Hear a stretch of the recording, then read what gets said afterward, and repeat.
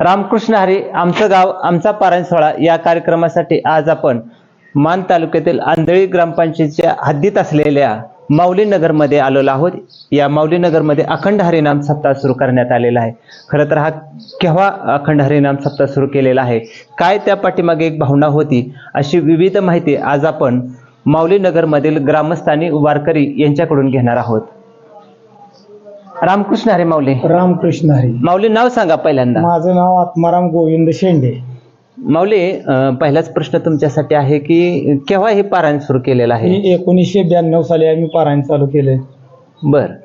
त्यावेळी कशी कोण लोक होते, काय परिस्थिती? आमचा ग्रामीण भाग होता, इथं काय परमार्थाचं एवढं काही सानिध्य नव्हतं आणि आमच्या मतात भावना निर्माण आमच्यामध्ये झाली की इथे ग्रामीण भागामध्ये परमार्थ निर्माण व्हावा, भाव निर्माण व्हावा, यासाठी आमचे 5 मेंबर हे गोविंददादा माळे, सोपान खंडू काळे आणि शामराव पांडुरंग भुजबळ आणि लक्ष्मण ज्ञानदेव शेंडे यांनी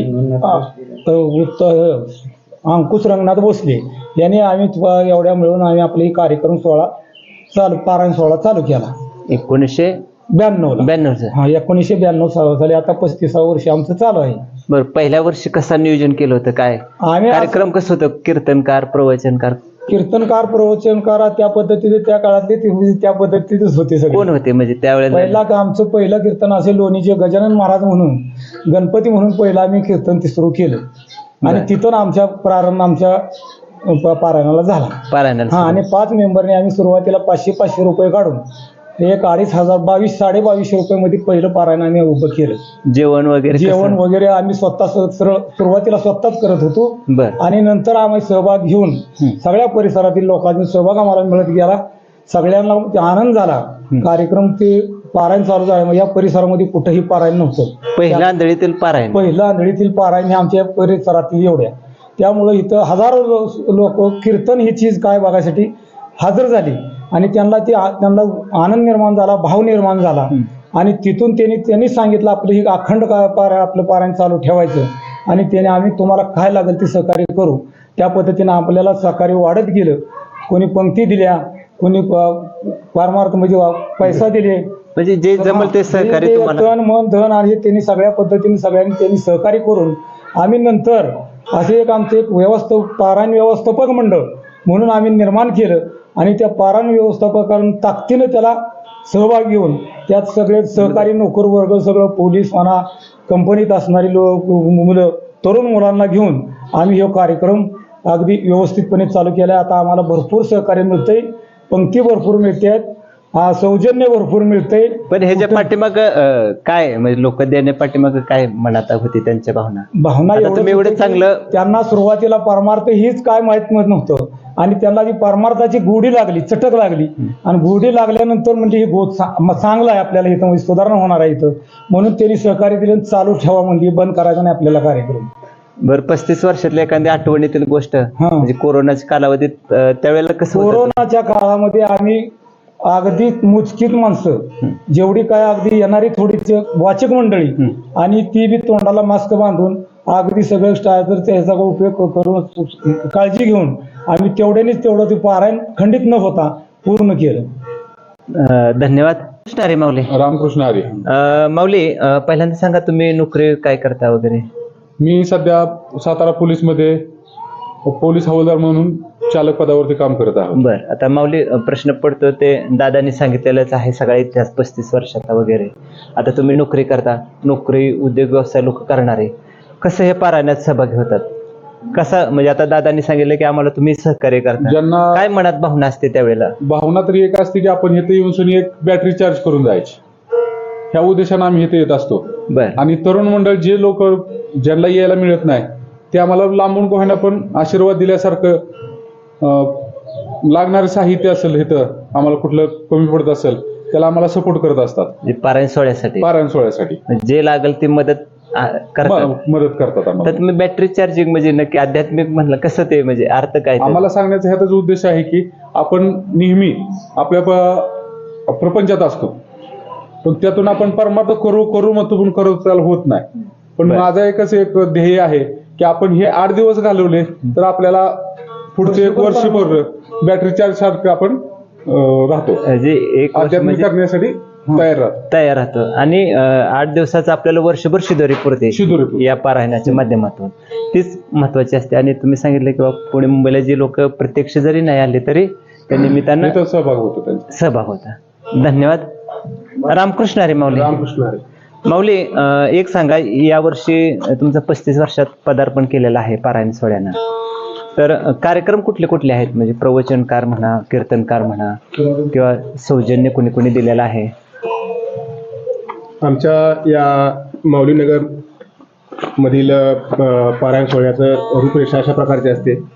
सकाळी 4 ते 6 काकडा असतो, त्याच्यानंतर 8 ते 10 आणि दुपारी 3 ते 4, 3 ते 5 ज्ञानेश्वरी ग्रंथाचं वाचन असतं. संध्याकाळी विविध मान्यवरांकडून वारकरी लोकांना पंक्तींचं नियोजन केलं जातं आणि त्याच्यानंतर 9 ते 11 अशी कीर्तन सेवा असते. बर, यावर्षी कुणाकुणाची कीर्तन? यावर्षी पहिल्या दिवशी कीर्तन झालं हरिभक्त परायण विलास गुरुजी पिंगळी. दुसऱ्या दिवशीचं कीर्तन होतं हरिभक्त परायण विठ्ठल महाराज चिपळूण. आणि उद्यापासूनची कीर्तन सेवा अशा प्रकारे आहे. हरिभक्त परायण नंदकुमार महाराज शिर्के चिपळूण, हरिभक्त परायण संतोष महाराज बोराटवाडी, हरिभक्त परायण संपत महाराज करणे आंध्रुड, हरिभक्त परायण श्रीराम महाराज गुलदगड आणि हरिभक्त परायण शिवानंद महाराज पाटील यांचं काल्याचं कीर्तन हे नाशिकचे आहे. बर. त्याचप्रकारे विविध मान्यवरांच्या महाराज लोकांचे प्रवचन सुद्धा असतात.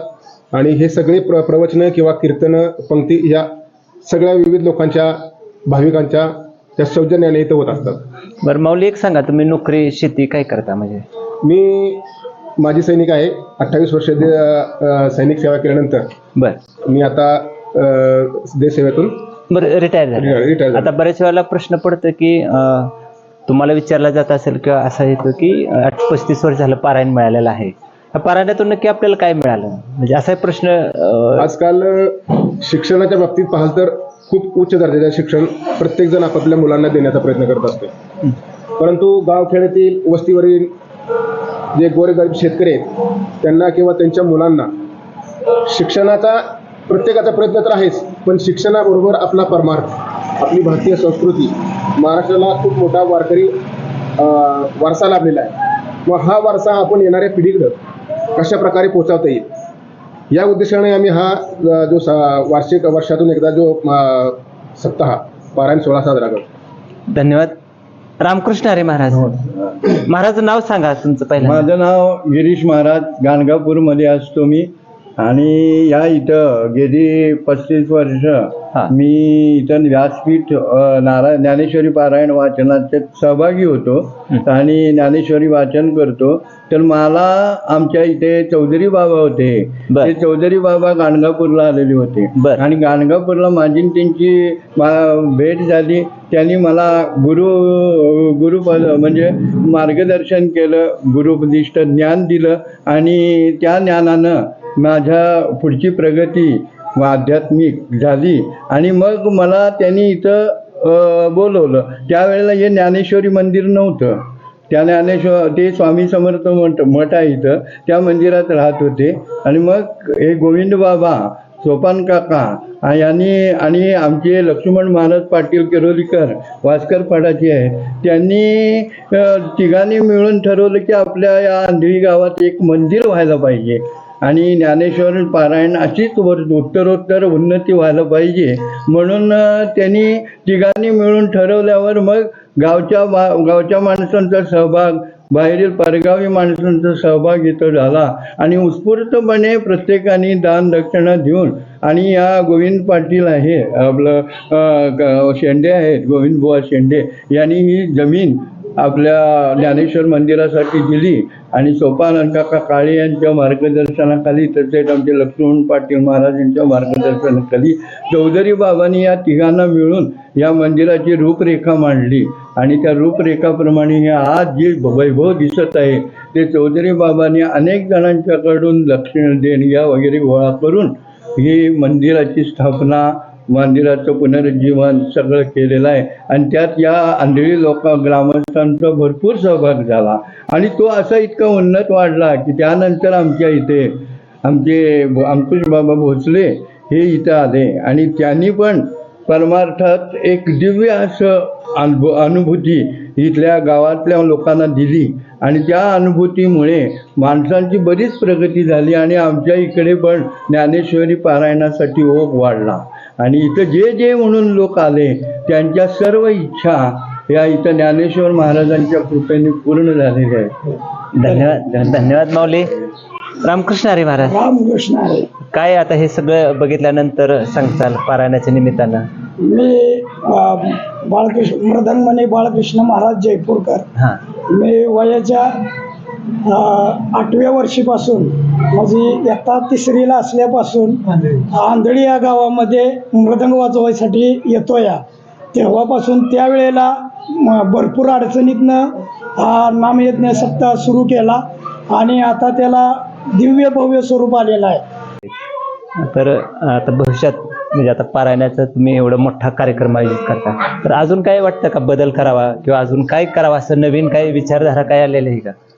आता आपलं हे 35 वर्ष पूर्ण झाल्यानंतर येणारं 36 वर्ष तिसरं तप पूर्ण होत आहे. हा या तपपूर्तीसाठी आम्ही एक वेगळं नियोजन करून सनी याचं आतापासूनच तयारी करत आहोत की आपण मोठा कसा कार्यक्रम करता येईल.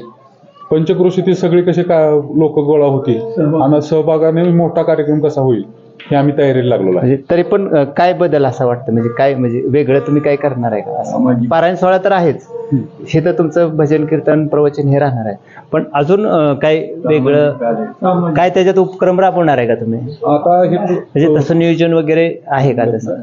नाही म्हणजे आता फक्त 35 पूर्ण झाले तर आणि 36 वर्षात तुमचं ते नियोजन होणार आहे, पण एक भव्य दिव्य वेगळं पण करायचं एक तुमचा विचार आहे. अरे माऊली. रामकृष्ण नाव सांगा तुमचं. मी शिवदास निकम कोपर्डे, काशीळ कोपर्डे, तालुका जिल्हा सातारा. बरं काय ह्या भागाशी कसं काय संपर्क आला? मी खरं पाहायला गेलं तर मी एक ड्रायव्हर. एसटी ड्रायव्हर का कुठले? नाही, मी टँकर वरती असतो, बरं, हा. ड्रायव्हर आहे. ह्या गावशी माझा जवळजवळ एक 32 वर्ष संबंध आला. बर. आमचे आदरणीय किरोलीचे गुरुवर्य दिंडी मालक लक्ष्मण महाराज पाटील यांच्या नेतृत्वाखाली हा सप्ताह चालू झाला आणि त्यावेळेस आमचा ग्रुप सगळा इथं एकत्र आला. त्यापासून आजपर्यंत इथपर्यंत येतोच. अगदी वर्षात कुठलाही कार्यक्रम नाही केलं तरी हा कार्यक्रम कधी सोडत नाही. अखंड हरिनामचा. हा, तुम्ही 32 वर्षापासून साक्षीदार. आणि खरं बघायला गेलं तर आता ह्या धावपळीच्या युगात म्हणजे एक म्हणायचं झालं तर आजची तरुण पिढी पूर्ण व्यसनाधीन झालेली आहे. ह्या पारायणाचा एक मुख्य उद्देश एकच आहे की ह्या तरुणांना व्यसनापासून दूर ठेवण्याचं काम वारकरी संप्रदाय पहिल्यापासून करत आलेला आहे.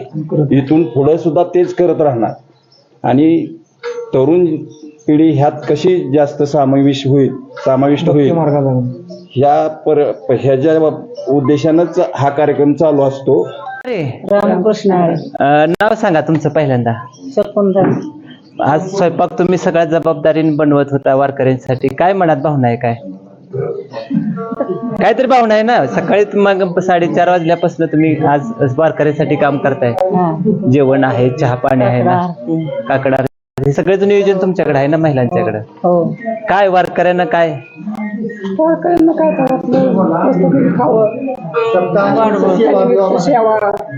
सत्यानिमित्त सेवा.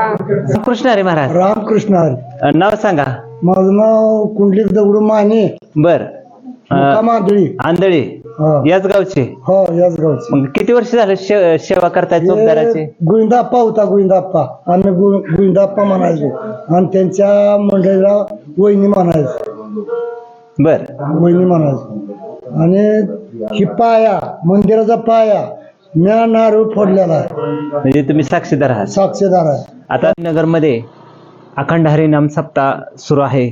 खरं तर आपण मंदिरात मुलाखत घेतलेली आहे काही भाविक भक्तांची की ज्यांनी पारायण सुरू केलेलं आहे त्यांची मुलाखत घेतलेली आहे, पण जे साक्षीदार आहेत पारायण सोहळ्याचे ते हे आपल्या मानदेश भूषण सोबत बोलणार आहेत.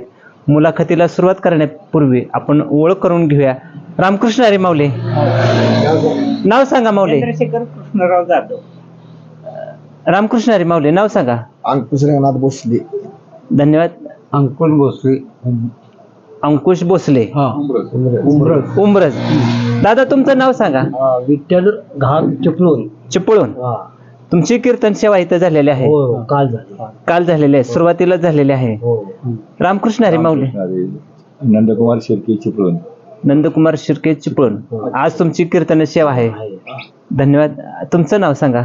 रामकृष्ण हरी. मी विक्रम चंद्रशेखर जाधव. मी आंधळी येथीलच रहिवासी आहे. धन्यवाद. माऊली एक सांगा, 35 वर्ष आपल्या पारायण सोहळ्याला झालेले आहेत. खरं तर माऊली नगर मध्ये हा पारायण सोहळा तुम्ही बघितलेला आहे. तर काय सांगताल त्या 35 वर्षाच्या प्रवासाबद्दल? त्या गावचे एक मान्यवर वयोवृद्ध व्यक्ती, त्याला भक्तीचं वेड होतं आणि त्यांनी एक जाणत्या माणसाला आणून या गावात भक्तीचं कार्य चालू केलं. हे गावाचं वैशिष्ट्य असं आहे की ह्या गावामध्ये ज्या वेळेला मी प्रवेश केला त्यावेळेला एकच सांगितलं, राजानो या गावात मी प्रवेश केलाय. दादा थोडस मी मुलाखत थांबवताना प्रश्न विचारतो. या गावामध्ये मगाशी तुम्ही म्हटला प्रवेश केलेला आहे, तुम्ही नोकरी किंवा सेवा काय करत होता? म्हणजे पूर्वी होय. हा पूर्वी मी राहुल कृषी विद्यापीठामध्ये सर्व्हिस केली. बरं. हा आणि ते करत असताना आध्यात्मिकाचे जाणत्या गुरुकुंड अनुभूती घेतली. हा माझे गुरु श्रीपाद बाबा चव्हाण हा आणि बुधवारी बाबा चव्हाण हे नाशिकचे. हा तर त्या ठिकाणचे ते त्यांचं गाव त्यांचं गोटी. गोटी. हा बोला. हा. आणि या गावाशी आता तुम्ही मगाशी म्हटलं की या गावातल्या 2 व्यक्ती होत्या, ते कोण व्यक्ती होत्या की त्यांनी तुम्ही पारायणाला तिथनं सुरुवात केली? ते काय त्यांचं नाव? गोविंददादा आणि गोविंददादा आणि लक्ष्मण बापू. गोविंददादा आणि लक्ष्मण बापू यांनी या गावामध्ये पहिल्यांदा 33 वर्षापूर्वी हा संप्रदाय चालू केला. आता संप्रदाय चालू केला, तुम्ही मुखातून म्हणला की वारकरी संप्रदाय आज सगळीकडे मान्य होऊन जाईल. तर जगाची उत्पत्ती झाल्यापासून सुख समृद्धी मिळावी म्हणून आनंद संप्रदाय रामकृष्ण हरी या अध्यातून अंतःकरण याच्यातून फक्त माणसाला काय होतं की पुण्य मिळतं, पण जन्म मरण टळत नाही. आणि त्या जन्म मरण टाळण्यासाठी श्रोत्रिय ब्रह्मनिष्ठ आणि दयाळू संत असेल, त्याच्या माध्यमात जर काय झालं तर त्या गावातली तरुण मंडळाला हा विचार पटल्यामुळं त्यात म्हणले नाही, यंग ब्लड मस्ट होऊ नये, तरुण रक्ताला स्वतःचा वाव मिळावा. तर याच्या व्यतिरिक्त जगामध्ये दुसरा पर्याय नाही. स्वतःही समृद्ध होऊन जातो आणि जगालाही समृद्ध करण्याची त्याच्यावर पावर येते. आणि याला अधिष्ठान ज्ञानेश्वरी आहे, याला अधिष्ठान गीता आहे, याला अधिष्ठान भागवत आहे. असा हा हे आहे. आणि या पारायण 18 वर्ष आहे. 18 वर्ष माझ्या साक्षीनं हे कार्य चालतं की तरुण मुलं अगदी धावपळून 3 प्रकारे रजा काढून या ठिकाणी ते आपले कार्य करतात. कुठलंही नाही मी एवढा आहे मी तोटा असं काय नाही, जे दिसेल ते काम करतात. अशी माझ्या माहितीनं हे जे आंधळी गाव आहे, आता अपवादात्मक हाताच्या बोटा मोजण्यासाठी पश्चिम महाराष्ट्रात असते त्यापैकी हे एक गाव आहे. असा हा प्रवास असा बघितलेला आहे तुम्ही, आता चालू आहे तो. धन्यवाद. कृष्ण हरी महाराज. रामकृष्ण हरी. नाव सांगा. माझं नाव कुंडलिक दगडू माने. बर. आंधळी. आंधळी याच गावचे? हो याच गावचे. मग किती वर्ष झाले सेवा करताय चोपदाराची? गोविंदाप्पा होता, गोविंदाप्पा. आम्ही गोविंदाप्पा म्हणायचो आणि त्यांच्या मंडळीला वहिनी म्हणायचो. बर. वहिनी म्हणायचो. आणि ही पाया मंदिराचा पाया म्या नारळ फोडलेला आहे, म्हणजे तुम्ही साक्षीदार आहात? साक्षीदार आहे. आमचं गाव आमचा पारायण सोहळ्यासाठी माऊली नगर मधील सर्व भाविकांनी खरं तर सर्वच इतिहास 35 वर्षात कसं पारायण सुरू केलं, कोणकोणते कार्यक्रम आयोजित केलेले आहेत आणि भविष्यात कशा पद्धतीने वाटचाल करणार आहे अशी सविस्तर माहिती दिलेली आहे. सर्वजण मानदेश भूषणशी बोललेले आहेत. सर्वांना मनपूर्वक धन्यवाद. रामकृष्ण. आपण थेट ज्ञानेश्वर माऊलींच्या मंदिरात आलेलो आहोत. आपल्याला माऊलींचं आणि विठ्ठल रुक्माईचं दर्शन झालेलं आहे.